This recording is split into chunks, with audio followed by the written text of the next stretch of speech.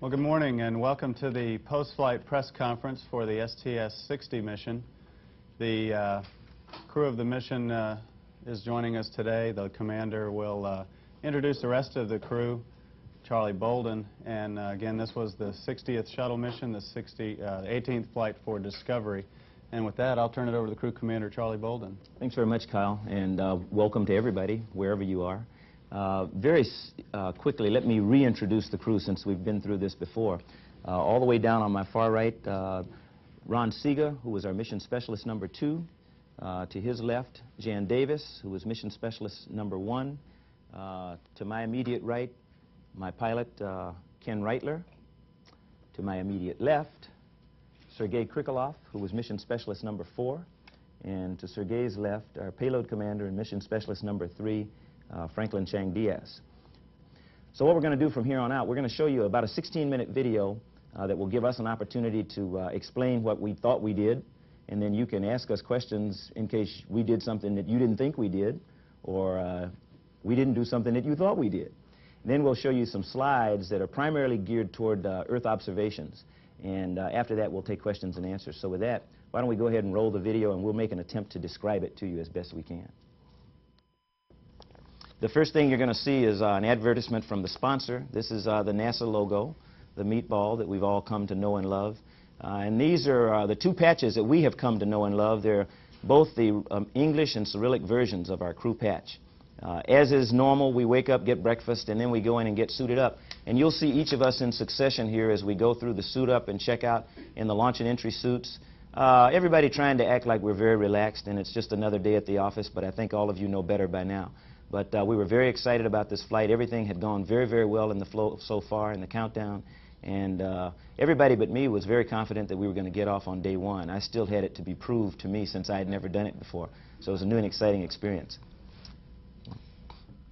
Everything was just about like the simulator until somebody said 3, 2, 1, and everything started rumbling around and the engines lit off. And we knew that it wasn't a simulator anymore. This is the real thing. On-time launch. Beautiful morning at KSC. Feeling of those main engines and the solid rocket boosters is just incredible. Feeling of being pressed back in your seat and accelerating upwards, followed immediately by that big roll to get us aligned with our high inclination right up the east coast of the U.S. Not a whole lot to see out the windows because of the attitude of the vehicle, but really trying to pay attention to what you're doing inside at this point. The first stage is pretty rough. It's like riding down a country road, but once the solid rocket boosters are finished up, about 2 minutes, they come off in a nice clean burst of energy, and then the main engines take you the rest of the way. One of the first things we do once we get on orbit is open up the payload bay doors, and this view of the payload bay, you can see the Space Hab module in the foreground and the wake shield there, and also aft of the wake shield we had a gas bridge which included a Capel bridge and the Brimsat deployable and the Oderax deployable, and then we get right away to Space Hab activation. Basically, this is the first order of business for us on orbit, and Jan and I got to do that, and we found a few traces of debris common in a new type of spacecraft, but we took care of that and got down to the business of getting all the systems activated in the lab, something fairly simple to get down to work. The Space Hab module worked very well. All of the systems worked very well, and it turned out to be a really nice environment to work in. And here we are checking out the initial systems and doing the setup of the module before we start doing the experiments in the Space Hab. Even on the end of flight day 1, we were busy doing DSO 201, which is sensory motor investigations. You see Jan in the foreground as the subject here with electrodes placed on her head, and there's Sergei as well with a small laser, which is the white thing, and the accelerometer on top. He's undergoing sinusoidal head oscillations. We performed these exercises on day 1, 2, 5, 6, 7, and 8 with Jan, Sergei, myself, and Ken. This was another one of the Joint Science Detailed Supplemental Objectives, DSO 202, which was metabolic studies. And believe it or not, I've just inserted a catheter in Franklin's arm, and if you look very closely, right down there by my left hand, you saw the blood just start flowing into the tube. I was pretty excited about that. Once Charlie and Franklin were finished drawing blood from each other, then they handed it to me, and I was going to work up the blood in this centrifuge. You can see that we ran that centrifuge pretty much free-floating, worked just like a gyroscope. Once the samples were taken, both urine and blood samples, we then had to freeze them to make sure that they would stay preserved until we could get back and harvest the science. We used 2 freezers, GN2 freezers like this, to put the samples in. This was always a pretty interesting time when you go down in the mid-deck and you see this fog and haze down there, and you wondered what these guys were doing with a GN2 sample, the GN2 freezer there. So. Another part of the metabolic experiment, I'm not drawing blood here, as it may look like I am, but I'm actually measuring the venous pressure of the blood that we have already obtained the catheter for. And it's called peripheral venous pressure, a non-invasive way to get pressure of the veins. We also did hematocrit tests on the blood as well with another little centrifuge, and that's what I'm doing here, filling up capillary tubes from the blood and then inserting them into a small hematocrit centrifuge, and I'd run those for a couple minutes and then record the readings. This is the rack there in the back is called Eclipse. It's one of our material processing experiments in the Space Hab having to do with liquid phase sintering. It's from the University of Alabama at Huntsville. We had another rack, kind of like this one that you see here, and it was on the other side of the Space Hab, and it was called the SEF, Space Experiment Facility. And it was probably the most interactive experiment we flew on the Space Hab. You see a crystal there at the bottom of the picture, the beginnings of a crystal that we grew for a couple of days actually, highly interactive with keyboard entries through a small computer. And the picture that you see there is the end when the crystal was completely formed, and we get the feeling that it's a pretty good one. This was another experiment in Space Hab called ORSEP, or the Organic Separation Experiment. It was actually 2 parts. One was a phase partitioning experiment, and the other actually a live cell growth. Both canisters inside, and what I was doing here was actually conducting one of the many status checks that we did. This is in what we call a CRIM. It's a commercial refrigeration incubation module, and it actually was able to keep the samples at desired temperature. This is another experiment. We expose several materials in space and grow some biocrystals. And this kind of experiment could be very important in future to understand how we could use weightlessness and to understand what kind of weightlessness we have in space. We had several another experiments, and this experiment named SAMS record data from Space Hab, all vibration, acceleration, and we return this data back to Earth for development in future.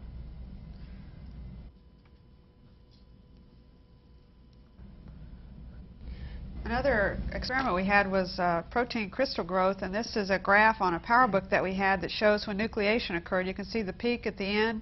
We had a laser scattering detector which detected when a crystal was actually growing, and we were real excited when we saw these 2 peaks and the 2 different CRIMs that we had, indicating that we had a really good crystal, and hopefully we have some good results from this protein crystal growth experiment from University of Alabama, Birmingham.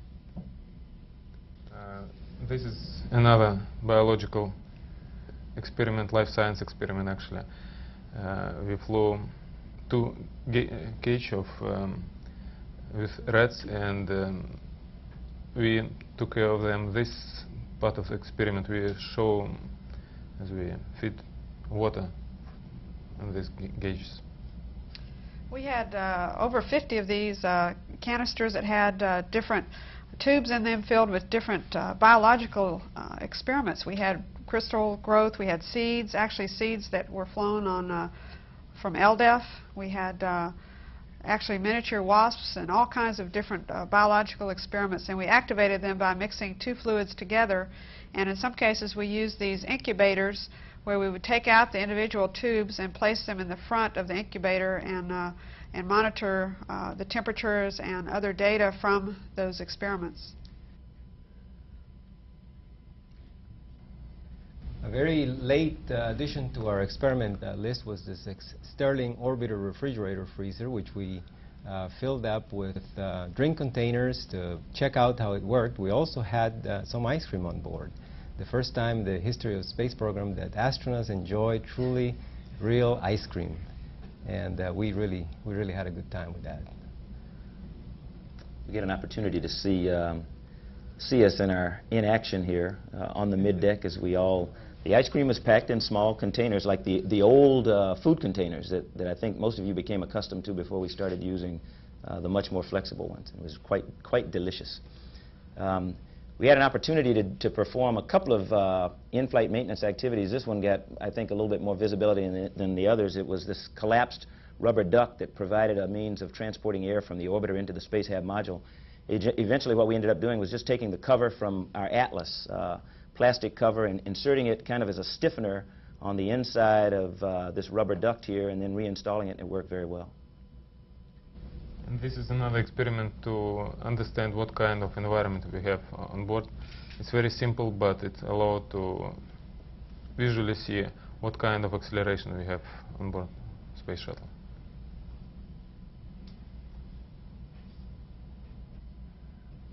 These are some of the scenes of preparing food in the middeck, which you probably have seen in the past, but it's a matter of just simply rehydrating containers, plastic containers with dried out food. On Flight Day 8, this was a special night. We call it International Night. We not only had chopsticks and Japanese food, curried chicken and so forth, but we had the small Russian bread loaves as well as cheese dip that Sergei arranged to have on the flight. So we ate everything from American jerky to Japanese and Russian food on Flight Day 8. This is a more challenging way to have dessert here, as Sergei, I think, has a cashew bounced off the flight deck lockers. So each one was more challenging than you'd expect. And here's Charlie on the ergometer. Each of us had an opportunity to exercise on this. This basically a fixed bicycle, and we thought that was very important. We were so busy in flight, we probably would have liked to exercise a bit more than we got a chance to. We try to look nice.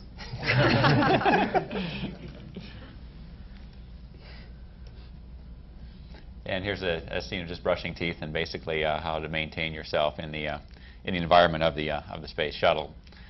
In my case, I slept in the Space Hab, so not only did I transport myself down back and forth during the normal days, but also in the evening. We had the opportunity to send a couple of messages to the Russian people. In this case, we were singing a lullaby, Spyat ustali I igrushki, which it means tired toys are sleeping. It's a traditional lullaby right before the evening news to put all the children in the right frame of mind to go to sleep. This is during some of our RMS activities. I think actually Ron was operating the arm in that case, and I was backing him up. This is during one of the unberthing of the wake shield. We had really good luck with the arm. It was very smooth, and our training prepared us well for these activities. We had 4 unberths, actually 3 unberths, I guess. And this is one of the times when we rotated the arm so that the wake shield hardware could look at different atmospheres. The horizon sensor was looking at different things and checking out the hardware on the wake shield. We noticed on Flight Day 4 that the attitude control system had a problem, and one of the attempts to diagnose this was to bring the wake shield over the overhead windows of the orbiter and look at it with a camcorder and looked at the mechanical motion. We did a growth on the port side arm and very successful with respect to vacuum and films, and we also could control it from laptop computers there, as you see on board. Very interesting experiment in plasma physics. Used the wake shield as a source of voltage, and we would observe the actual changes in the luminescence of the wake shield at night with an image intensifier optical train on board. This was the deploy of Odorex, and as you can see, the balls start coming out. There were a grand total of 6 spheres, metallic spheres, and they were used for subsequent tracking by radar sites on the ground. Our primary site was Eglin Air Force Base, and there's also a backup site in Kwajalein. But this was pretty interesting to watch, and you see these balls go trailing out and then kind of coming together again out there, and they'll probably be there for a couple of years, orbiting until they finally burn up in re-entry. The next deploy that we had, and both of these occurred on Flight Day 7, was the deploy of the BREMSAT satellite from the University of Bremen in Germany. A very small, lightweight satellite, and its primary objective is to do some observations of Earth's atmosphere while on orbit, and then during its subsequent re-entry, which will come in a few months, to actually collect data about the makeup of the atmosphere as it comes back through. We had a very busy flight, and on Flight Day 8 we actually closed up the hab, closed the hatch out as you can see here, and deactivated the space hab. We were really busy the night before trying to stow things, and the morning of entry we also were very busy trying to clean up everything on the middeck and stow away all of our equipment and get ready to come back home after a busy and we felt very successful flight. This was hilarious because remember the bicycle ergometer that we were on? This is it, or pieces of it, and I remember hearing Ron and the guys down on the middeck going, "What?" Pieces were just going everywhere as they're trying to gather them all in and put them back in their place. Time to get back into the launch and entry suits and get ready to come back. This re-entry came in right across Alaska and Canada and down across the heartland of America and right in across Atlanta. It was mostly daytime, and so we didn't see a lot of the real spectacular fire that you see sometimes, but it was a very, very clean entry. We did have to go around one time because of some concern with weather. That was not a problem at all. Very comfortable just sitting there in your suits. All the work was done. It was just a matter of letting time pass and letting the weather work itself out. Weather was great. Charlie made a real nice approach over the Cape and brought Discovery in for just an absolutely perfect landing. It was a great ending to a really fantastic flight as far as I'm concerned. Everybody had a lot of concerns about the weather. I think on board, we just kind of roll with the punches and roll with the flow. We were very confident when they finally told us that we had to go for deorbit, and we had an opportunity to see the weather on our previous pass, and knowing the folk that worked the weather and knowing that Hoot was in the shuttle training aircraft making the evaluations, I was very comfortable. And like Ken said, it was a gorgeous low level. It's what it seemed like coming down across Alaska and Canada, right through the heart of the U.S. We did deploy the drag chute. We did a little bit different procedure than has been done before. This was the first time that we actually deployed the drag chute prior to initiating the derotation. It was unbelievably smooth, very, very stable when the nose came down. All of your speeds end up being a lot slower than you're generally accustomed to, but it makes the orbiter very, very nice to handle. And I was very pleased with the handling characteristics of the orbiter there. This is, again, one last word from the sponsor, and that finishes our video.